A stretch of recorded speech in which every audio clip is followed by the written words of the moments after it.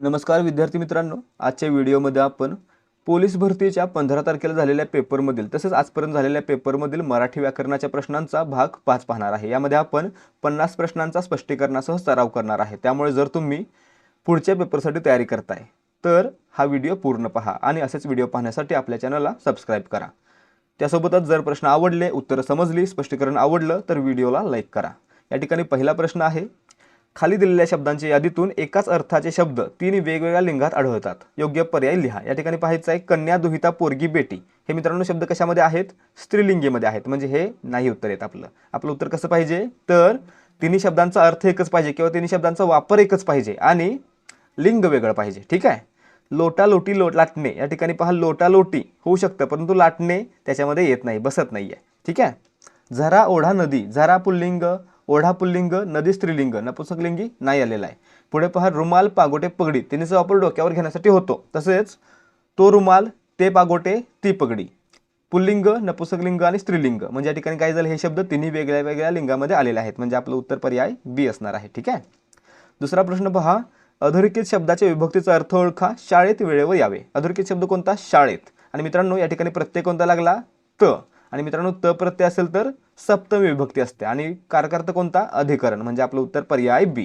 लक्षात ठेवायचं, ज्या ठिकाणी वेळ किंवा काळ दिला असेल, वेळ किंवा स्थळ दिला असेल, ठिकाण दिलं असेल तर त्या ठिकाणी अधिकरण कारकार्थ असतो। उदाहरणार्थ शाळेत, शाळेत काय आहे? ठिकाण आहे, म्हणजे या ठिकाणी काय झालं? अधिकरण कारकार्थ। ठीक आहे। प्रश्न क्रमांक 3, कोणत्या वाक्यात द्वितीय पुरुषवाचक सर्वनाम वापरले आहे? मित्रांनो पुरुषवाचक सर्वनाम किती प्रकारचे आहेत? 3 प्रकारची। प्रथम पुरुषवाचक, द्वितीय पुरुषवाचक, तृतीय पुरुषवाचक। प्रथम मध्ये काय असतं? बोलणारा व्यक्ती स्वतःबद्दल बोलतो, मी, आम्ही म्हणतो, त्याला म्हणायचं प्रथम पुरुषवाचक। द्वितीय पुरुषवाचक कोणते? बोलणारा व्यक्ती समोरच्या व्यक्तीला उद्देशून बोलतो, तू, तुम्ही म्हणतो किंवा आपण म्हणतो, त्याला म्हणायचं द्वितीय पुरुषवाचक। आणि जर बोलणारा व्यक्ती समोरच्या व्यक्तीला तिसऱ्या व्यक्तीबद्दल सांगतोय त्यावेळी ज्या सर्वनामाचा वापर करतो त्यांना तृतीय पुरुषवाचक म्हणायचं। उदाहरणार्थ तो, ती, ते तृतीय पुरुषवाचक। ठीक आहे। मग या ठिकाणी पहा, आपण आज जाऊया स्वतःबद्दल बोलतोय, प्रथम पुरुषवाचक। आपण घाबरलो, स्वतःबद्दल बोलतोय, प्रथम पुरुषवाचक। तो ठरवतो, तिसऱ्या व्यक्तीबद्दल सांगतोय, म्हणजे तृतीय पुरुषवाचक। आणि आपण आत यावे, समोरच्या व्यक्तीला उद्देशून म्हणतोय की आपण आत यावे, म्हणजे काय झालं? द्वितीय पुरुषवाचक, म्हणजे पर्याय बी मध्ये द्वितीय पुरुषवाचक सर्वनाम आलेलं आहे। प्रश्न क्रमांक 4, योग्य जोड्या जुळवा। कठोर व्यंजने पहा कोणती आहेत? प्रत्येक स्पर्श व्यंजनाच्या गटातील पहिलं आणि दुसरं व्यंजन काय असतं? कठोर व्यंजन। क, ख पहिलं दुसरं, च, छ पहिलं दुसरं, काय झालं? कठोर व्यंजन। ठीक आहे। मृदू व्यंजन तिसरं, चौथं आणि पाचवं मृदू असतं। ग, घ, ज, झ तिसरं, चौथं, तिसरं, चौथं, काय झालं? मृदू व्यंजन, म्हणजे ब साठी 3। अर्धस्वर य, र, ल, व उच्चार ई, रू, रू आणि ऊ सारखा होतो, म्हणून याला काय म्हणायचं? अर्धस्वर, म्हणजे क साठी 2। आणि घर्षक उष्मे कोणती आहेत? श, श, स यांचा उच्चार करताना उष्णता निर्माण होते, म्हणून हे काय झाली? घर्षक व्यंजन, म्हणजे ड साठी 4। उत्तर काय असणार आहे? 1, 3, 2, 4। 1, 3, 2, 4 कुठं आलेला आहे? पर्याय बी मध्ये। ठीक आहे। प्रश्न क्रमांक 5, व्यंजन संधी या शब्दातील अनुस्वारांचा उच्चार अनुक्रमे खालीलपैकी कोणत्या अनुनासिकाप्रमाणे होतो? आता व्यंजन संधीमध्ये पहा काय दिसतंय? व्य वर अनुस्वार आहे आणि त्याच्यानंतर ज आलेला आहे। आणि मित्रांनो नंतर ज आहे म्हणजे अनुस्वाराचा उच्चार कसा असणार आहे? ज च्या गटातील अनुनासिकासारखा, म्हणजेच या अनुनासिकासारखा, जे त्र सारखं दिसतंय याला काय म्हणतो आपण? न म्हणतो, परंतु दिसताना कसं दिसतंय? त्र सारखं दिसतंय। ठीक आहे। तसेच संधीमध्ये पहा शेवटी काय अनुस्वारानंतर काय आलेला आहे? ध आलेला आहे आणि ध च्या गटातील अनुनासिक कोणतं असतं? तर नळाचा न, म्हणजे काय होतं? याचा उच्चार न सारखा होतो, म्हणजे काय झालं? पर्याय ए। ठीक आहे। प्रश्न क्रमांक 6, सजातीय जोड्यांपैकी 2 स्वर एकमेकांसमोर येऊन होणाऱ्या संधीस टिंबटिंब म्हणतात। मित्रांनो जेव्हा 2 सजातीय स्वर एकत्र येतात, उदाहरणार्थ अ अधिक अ, तेव्हा त्यांच्यासाठी काय होतं? तर एकच दीर्घ स्वर तयार होतो, याला काय म्हणतात? दीर्घत्व संधी म्हणतात, म्हणजे आपलं उत्तर पर्याय बी। अ अधिक अ एकत्र येऊन काय बनला? आ बनला। तसेच ई अधिक ई एकत्र आले काय बनतो? दीर्घ ई बनतो, याला देखील काय म्हणतात? दीर्घत्व संधी म्हणतात। ठीक आहे। पुढे पाहायचा प्रश्न क्रमांक 7, पुढीलपैकी व्यंजन संधीचे उदाहरणे ओळखा। मित्रांनो व्यंजन संधीमध्ये पहा सदाचार, सत अधिक आचार, त अधिक अ काय झालं? एक व्यंजन आहे, म्हणजे व्यंजन संधी। विद्यार्थी, विद्या अधिक अर्थी, आ अधिक अ दोन्ही स्वर आहेत, म्हणजे स्वर संधी। अपज, प अप मध्ये शेवटचा वर्ण प आणि ज मध्ये ज दोन्ही व्यंजन आहेत, म्हणजे व्यंजन संधी, यामध्ये व्यंजन संधी। आणि कुंभार, कुंभ अधिक कार, कुंभकार असतं किंवा कुंभार असतं, याच्यामध्ये काय होतं? स्वर संधी होते, म्हणजे या ठिकाणी काय झालं? फक्त 1 आणि 3 मध्ये काय आहे? तर व्यंजन संधी आहे, इतर 2 स्वर संधी आहेत, म्हणजे आपलं उत्तर पर्याय ए असणार आहे. 1 आणि 3 बरोबर. ठीक आहे. प्रश्न क्रमांक 8, थापी, गुराखी, चोरी ही स्त्रीलिंगी नामे कोणत्या संधीने तयार होतात? आता या ठिकाणी पहा, थापी आणि चोरीसाठी पाहूया. थाप मध्ये शेवटचा वर्ण अ आणि त्याच्यानंतर काय येतं ई. थाप अधिक ई, थापी काय बनतो? ई शेवट राहतो, ई कायम राहतो, अ निघून जातो, म्हणजे काय झालं? दुसरा शब्द कायम राहिला, म्हणजेच पररूप संधी, म्हणजे पर्याय बी आपलं उत्तर असणार आहे. चोरीमध्ये देखील अ अधिक ई येतं आणि शेवटी ई राहतं, म्हणजे या ठिकाणी देखील पररूप संधी येते. ठीक आहे. पुढे पाहायचं प्रश्न क्रमांक 9, अयोग्य विधान ओळखा. कर्ता व कर्म नेहमी नामच असते. मित्रांनो, कर्ता आणि कर्म नेहमी नाम असते, सर्वनाम असते. ठीक आहे, म्हणजे या ठिकाणी पहिलं विधान योग्य आहे. बी पहा, धातुसाधितांचा उपयोग सुद्धा नामाप्रमाणे होतो. मित्रांनो, बरोबर आहे, धातुसाधित देखील नामाप्रमाणे काम करू शकतात, म्हणजे हे देखील बरोबर आहे. डी पहा, अव्यय साधित नामे ही अव्ययापासून तयार झालेली असतात. बरोबर आहे, अव्यय साधित आहेत म्हणजे अव्ययापासून तयार झालेली असणार आहेत, म्हणजे हे देखील बरोबर आहे. राहिलं काय? पर्याय सी, विशेषणाचा वापर नामाप्रमाणे होत नाही. मित्रांनो, चुकलं. या ठिकाणी काय होतं पहा, श्रीमंत हे विशेषण आहे. जर आपण श्रीमंतांना म्हटलं तर या ठिकाणी श्रीमंतचा वापर कसा होतो? नामासारखा होतो, म्हणजे या ठिकाणी काय झालं? विशेषणाचा वापर नामासारखा होतो, म्हणून तिसरे विधान चुकीचं आहे. ठीक आहे. विद्यार्थी मित्रांनो, आता सगळं सोडून थोडा वेळ फक्त इकडे लक्ष द्या. तुम्ही या व्हिडिओपर्यंत पोहोचलाय म्हणजेच तुम्ही नक्कीच पोलीस भरतीसाठी तयारी करताय. आणि मित्रांनो, तुम्ही तयारी करताय म्हणजे तुम्हाला माहीत असेलच की पोलीस भरतीसाठी मागील वर्षांच्या प्रश्नपत्रिका सोडवणे किती आवश्यक आहे. त्यासोबतच नवीन प्रश्नपत्रिका सोडवून त्या परीक्षेसाठी तयारी करणं आणि टाईम मॅनेजमेंट करणं हे देखील आवश्यक आहे. आणि मित्रांनो, यासाठीच देहाधिकारी स्पर्धा परीक्षा मंच घेऊन आलेला आहे. फक्त 60 रुपयांमध्ये 30 सराव प्रश्नपत्रिका, 30 पेपर फक्त 60 रुपयांमध्ये. आणि मित्रांनो, यामध्ये आपल्याला प्रत्येक पेपरमध्ये 100 प्रश्न असतील आणि त्या 100 प्रश्नांचं पूर्ण स्पष्टीकरण देखील असणार आहे. आणि हा जो पॅटर्न असणार आहे तो 25-25चा पॅटर्न असणार आहे, म्हणजेच मराठीचे 25, सामान्य ज्ञानाचे 25, गणित बुद्धिमत्ता 25-25 असा पॅटर्न असणार आहे. आणि त्यासोबत आपल्याला काय मिळणार आहे तर आपल्या टेलिग्रामवर पेड चॅनलला जॉईन होण्याची संधी, ज्या चॅनलवर आपल्याला दररोज 200 प्रश्नांचा सराव करता येणार आहे. दररोज सरावासाठी 200 प्रश्न दिले जाणार आहेत. आणि मित्रांनो, हे सर्व प्रश्न असणार आहेत ते फक्त आणि फक्त पोलीस भरतीच्या पॅटर्नवर आधारित असतील आणि त्याच्यामध्ये जास्तीत जास्त प्रश्नांचा सराव करून घेतला जाणार आहे. त्यामुळे जर तुमची पुढे लेखी परीक्षा होणार आहे तर तुम्ही हा संच विकत घ्यावा आणि त्यासोबतच आपल्या पेड टेलिग्राम चॅनलला जॉईन व्हावं. हे सर्व मिळणार आहे फक्त 60 रुपयांमध्ये. जर तुम्हाला खरंच आवश्यकता आहे आणि चांगल्या प्रकारे सराव करायचा आहे तर नक्की खरेदी करा आपला हा संच. तर या ठिकाणी तुम्हाला जर याचा डेमो पाहायचा असेल तर तो मिळणार आहे 75 17 24 91 19 या व्हॉट्सॲप नंबरवर. यावर व्हॉट्सॲप करा आणि डेमो फ्रीमध्ये पहा. तसेच जर तुम्हाला वाटत असेल की जे काही देऊ ते चांगलंच देऊ तर तुम्ही डायरेक्टली 93 59 68 91 00 या नंबरवर पेमेंट करून त्याचा स्क्रीनशॉट आम्हाला पाठवू शकता. तुम्हाला लगेचच एकाच वेळी 60 PDF दिल्या जातील, ज्याच्यामध्ये 30 पेपर असतील आणि 30 त्यांचं स्पष्टीकरण असेल. आणि त्यासोबतच लगेचच टेलिग्राम चॅनलची लिंक देखील दिली जाईल, ज्याच्यामध्ये तुम्हाला दररोज 200 प्रश्नांचा सराव करता येणार आहे. पुढे पहा प्रश्न क्रमांक 10, पुढील विधाने वाचा. दासी, दृष्टी या नामांचे अनेकवचन या कारांत होते. मित्रांनो, दासी आणि दृष्टी यांचं अनेकवचन बदलत नाही. दासीचं दासे होतं आणि दृष्टीचं दृष्टीच होतं, म्हणजे या ठिकाणी हे चुकीचं आहे. या कारांत न होता आहे असं राहतं. बी पहा, वळू, वस्तू या नामांचे अनेकवचन वाकारांत होते. मित्रांनो, यांचं देखील अनेकवचन बदलत नाही. एक वळू, अनेक वळू, एक वस्तू, अनेक वस्तू. अनेकवचन अनेकवचनामध्ये सारखेच राहतात, म्हणजे या ठिकाणी वाकारांत होणार आहे का? नाही, आहेच राहणार आहे. म्हणजे ही दोन्ही विधाने चूक आहेत. पर्याय डी आपलं उत्तर आहे. प्रश्न क्रमांक 11, सामान्य रूपाच्या बाबतीत खालील विधाने लक्षात घ्या व अयोग्य पर्याय निवडा. या ठिकाणी पहा, पहिलं विधान काय आहे? नाम, सर्वनाम, विशेषण यांचे सामान्य रूप होते. बरोबर आहे. सामान्य रूप म्हणजे मूळ रूपात झालेला विकार होय. बरोबर आहे. सामान्य रूप म्हणजे काय तर प्रत्यय लागण्या अगोदर शब्दाच्या रूपामध्ये झालेला बदल किंवा विकार. आता डी पहा, शब्दयोगी अव्यय जोडल्याने सुद्धा नामाचे सामान्य रूप होते. बरोबर आहे. शब्दयोगी अव्यय किंवा विभक्ती प्रत्यय जोडले जाण्या अगोदर नामाचे सामान्य रूप होतं. आता पुढे पहा, सी राहिला शेवटचा. शब्दयोगी अव्यय, उभयान्वयी अव्यय, केवल प्रयोगी अव्यय यांचे सामान्य रूप होते. मित्रांनो, या ठिकाणी पाहायचं ही अव्यय आहेत.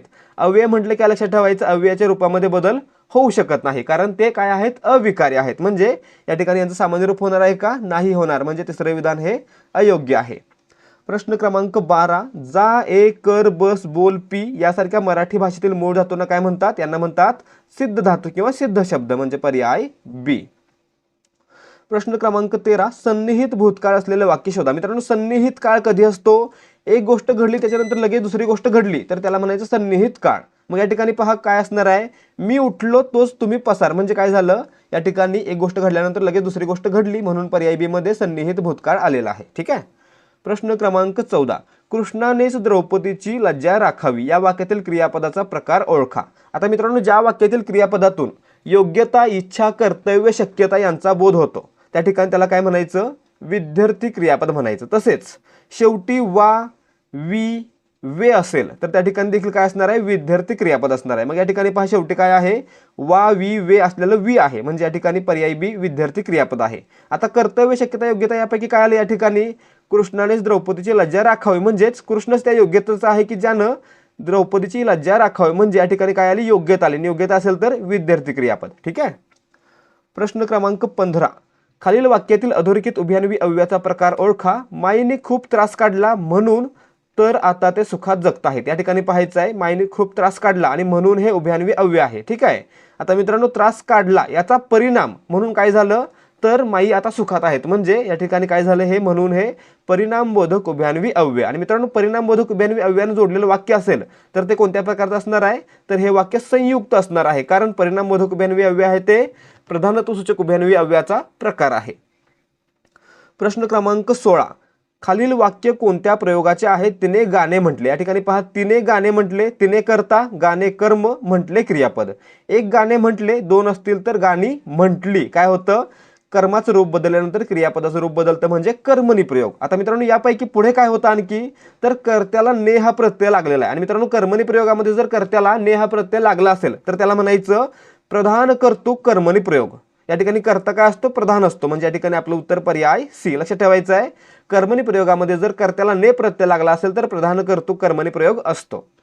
प्रश्न क्रमांक 17, पुढील शब्दाचा समास ओळखा. अनंत. मित्रांनो, अनंतचा विग्रह कसा होतो, अंत नाही ज्याला असा तो. याच्यामध्ये भरपूर गोष्टी आला, सागर आला, देव आला. तर मित्रांनो, या ठिकाणी काय होतं, आणि नंत, अनंत या शब्दामध्ये काय होतं, तर तिसऱ्याच पदाचा बोध होतो. आणि मित्रांनो, त्या ठिकाणी तिसऱ्या पदाचा बोध होतो त्या ठिकाणी काय असतं, बहुव्रीही समास असतो. त्यासोबतच पहिलं पद जर नकारार्थी असेल तर त्या ठिकाणी त्याला म्हणायचं नत्र.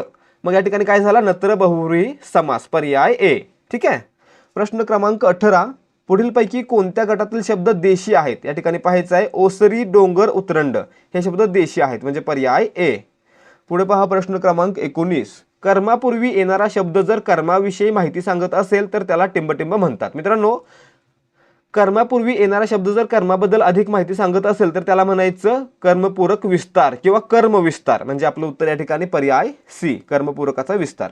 प्रश्न क्रमांक 20, पूर्णाभ्यस्त शब्द ओळखा. या ठिकाणी डावपेच अंशाभ्यस्त, धनदौलत अंशाभ्यस्त, गडबड अंशाभ्यस्त, परंतु समोरासमोर एकच शब्द दोन वेळा आला त्याला काय म्हणायचं, पूर्णाभ्यस्त. ठीक आहे, म्हणजे पर्याय डी आपलं उत्तर आहे. प्रश्न क्रमांक 21, पाय टाकुनी जळात बसला असला औदुंबर या काव्यपंक्ती शब्दशक्तीमधील कोणत्या प्रकारातील आहेत. मित्रांनो, याच्यामध्ये काय दिसतंय, तर औदुंबर जळात पाय टाकून बसला असं म्हटलंय, म्हणजे काय, तर औदुंबराचा वृक्ष पाण्यामध्ये उभा आहे असं आपल्याला या ठिकाणी जाणवतंय. म्हणजे या ठिकाणी काय झालं, तर शब्दाचा योग्य असा अर्थ आपण घेतोय. आणि मित्रांनो, या ठिकाणी ज्या ठिकाणी आपण शब्दाचा योग्य अर्थ घेतो त्या ठिकाणी कोणती शब्दशक्ती असते, तर लक्षणा असते, म्हणजे या ठिकाणी पर्याय बी आपलं उत्तर असलं पाहिजे. परंतु या ठिकाणी आन्सर की मध्ये उत्तर आलेलं आहे लक्षणामूलक व्यंजना. या ठिकाणी व्यंगार्थ घेतलेला आहे का, नाही. काय घेतलाय आपण, सुसंगत योग्य अर्थ घेतलाय. पाय टाकून बसलाय म्हणजे काय, तर पाण्यामध्ये उभा आहे. आणि मित्रांनो, वृक्ष पाण्यामध्ये उभा असेल तर त्या ठिकाणी व्यंजना होणार आहे का, नाही होणार आहे, त्यामुळे लक्षणा उत्तर असणार आहे. परंतु आन्सर की नुसार उत्तर काय आहे, लक्षणामूलक व्यंजना. पुढे पाहूयात प्रश्न क्रमांक 22, अपसारण चिन्हाचा वापर केव्हा करण्यात येतो. मित्रांनो, अपसारण चिन्ह जेव्हा बोलता बोलता विचार मालिका तुटते तेव्हा अपसारण चिन्ह वापरतात. त्यासोबतच जेव्हा स्पष्टीकरण द्यायचे असते तेव्हा देखील अपसारण चिन्ह वापरतात. म्हणजे या ठिकाणी आपलं उत्तर काय असतं, तर पर्याय सी, ब आणि ड. ठीक आहे, बोलता बोलता विचार मालिका तुटल्यास आणि स्पष्टीकरण द्यावायचे असल्यास अपसारण चिन्हाचा वापर केला जाईल. संबोधन दर्शवताना काय करतात, स्वल्पविराम देतात. लक्षात ठेवायचं, संबोधन नंतर स्वल्पविराम असतो.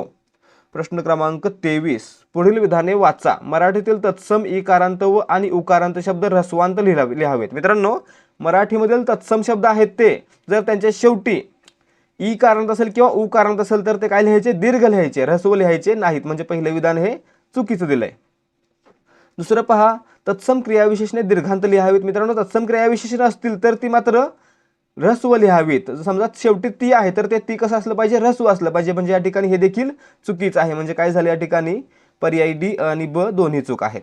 प्रश्न क्रमांक 24, खालील 4 शब्दांमधील शुद्ध शब्द कोणता? या ठिकाणी पहा, मतीत अर्थ काय असतो, म आणि थी असतो, थी, त नसतं, थ असतं, म्हणजे हे चुकलेलं आहे.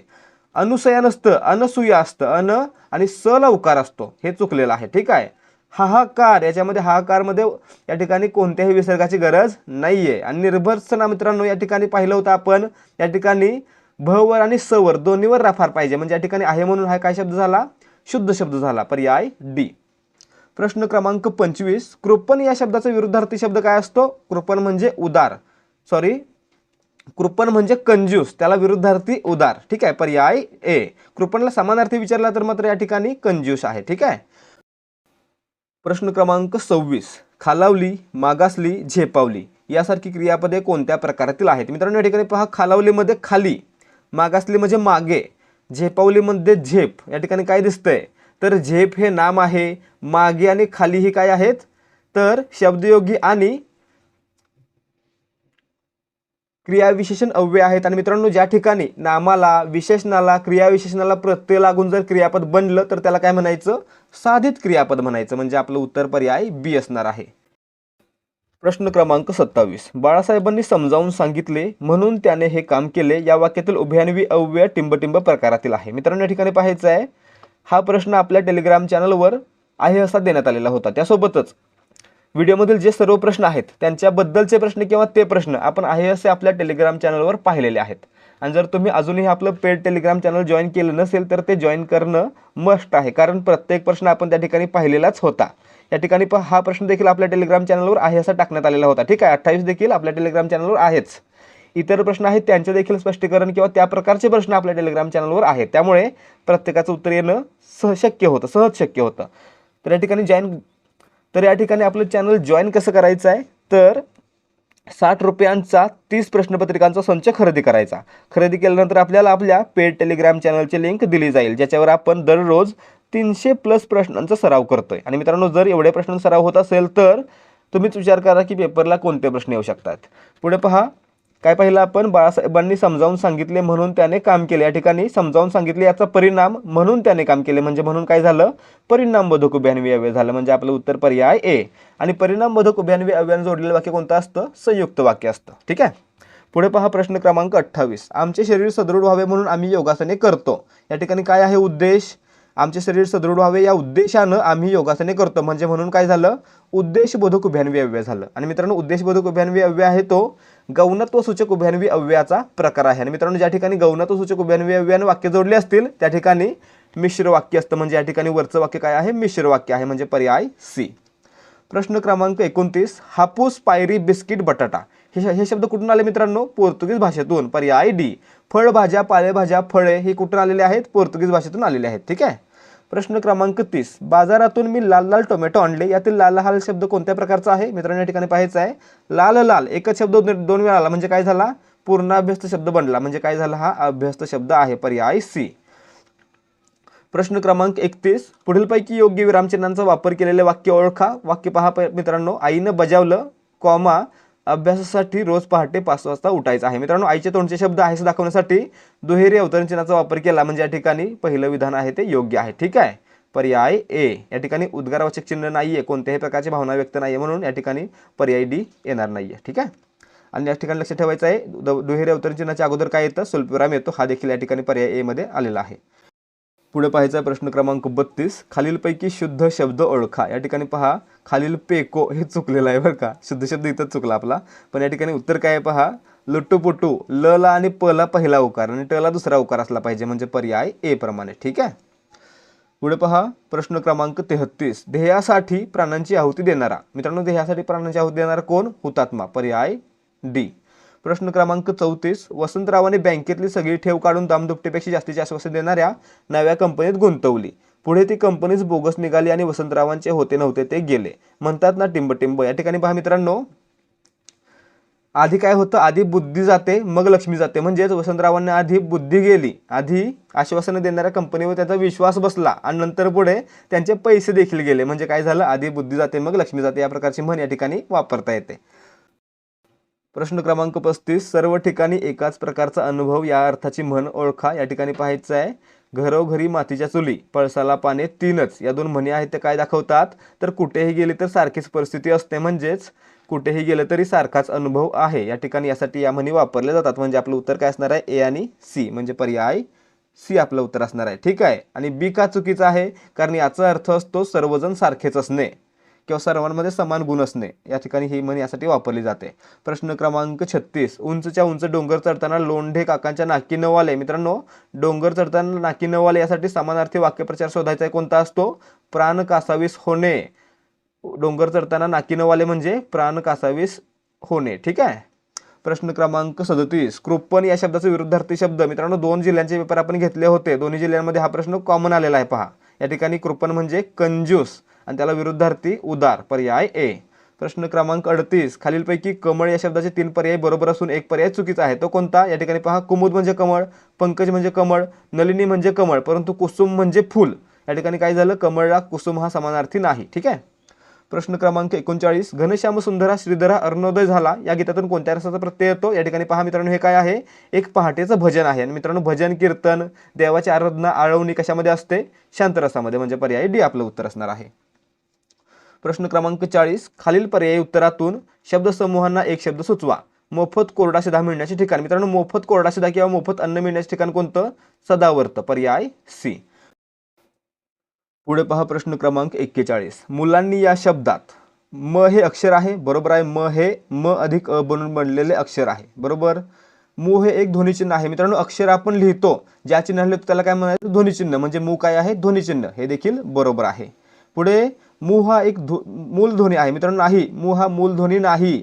या ठिकाणी म आणि उ मूलध्वनी आहेत आणि मू हे अक्षर बनलेलं आहे. ठीक आहे. म्हणजे या ठिकाणी फक्त ए बी आणि डी बरोबर आणि सी चूक म्हणजे आपलं उत्तर काय असणार आहे पर्याय बी ए बी डी बरोबर सी चूक. प्रश्न क्रमांक 42 मराठीची पारंपरिक वर्णमाला एकूण टिंबटिंब वर्णांची आहे. पारंपरिक विचारलं की लक्षात ठेवायचं 48 पर्याय सी आणि आधुनिक विचारलं की 52. प्रश्न क्रमांक 43 सत्यार्थ प्रकाश या शब्दामध्ये संधी झालेले अनुक्रमे मूलध्वनी स्वर व्यंजन किती आहेत. या ठिकाणी पाहायचं आहे मूलध्वनी एकूण किती झाले सत्यार्थ प्रकाशमध्ये स अधिक अ अधिक त अधिक य अधिक आ अधिक र अधिक थ अधिक अ अधिक प अधिक र अधिक अ अधिक क अधिक आ अधिक श अधिक अ. एकूण ध्वनी किती मोजात आहे 1 2 3 4 5 6 7 8 9 10 11 12 13 14 15 एकूण 15 आहेत आणि 15 कुठे आहे पर्याय ए मध्ये. इथंच उत्तर मिळालं. ठीक आहे. तरी पण मोजा व्यंजन कोणते कोणते आहेत या ठिकाणी लिहिलेलं नाही आहे मिनिट. व्यंजन आहेत 9 आणि स्वर आहेत 6. ठीक आहे.